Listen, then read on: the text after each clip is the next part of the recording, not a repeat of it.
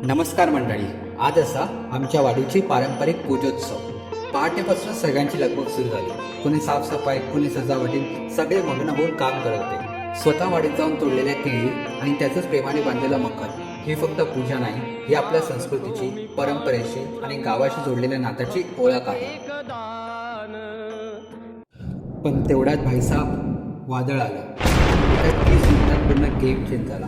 जोरदार वारो, मुसळधार पाऊस आणि सगळ्यांची एकदम वाट लावली. पण गावाकडची पोरं हार मारणे थोडी होती. पुन्हा सगळी लागली कामात. पडलेली झाडं बाजूक केली, लाईटीचे पोल नीट केले, विहिरीतून पाणी भरलं आणि पुन्हा उभी केली आपल्या वाडीची शान. हाच तर गावाकडच्या एकोप्याचा खरा वाई. मग काय, पुन्हा दिवसात सुरू झाली सत्यनारायणाची पूजा.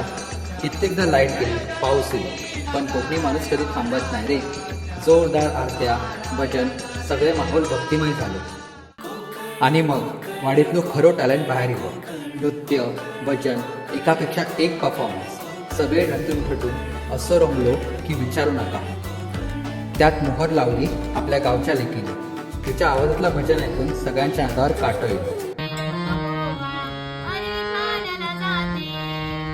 अशा प्रकारे जल्लोषात, भक्तीत आणि एकोप्यात सांगता झाली आपल्या वाडीच्या पूजेची. वादळ येऊ दे, पाऊस पडून दे, पण कोकणातल्या माणसाचा जोश आणि एकोपो कधीच कमी होतलो नाही. होय महाराजा.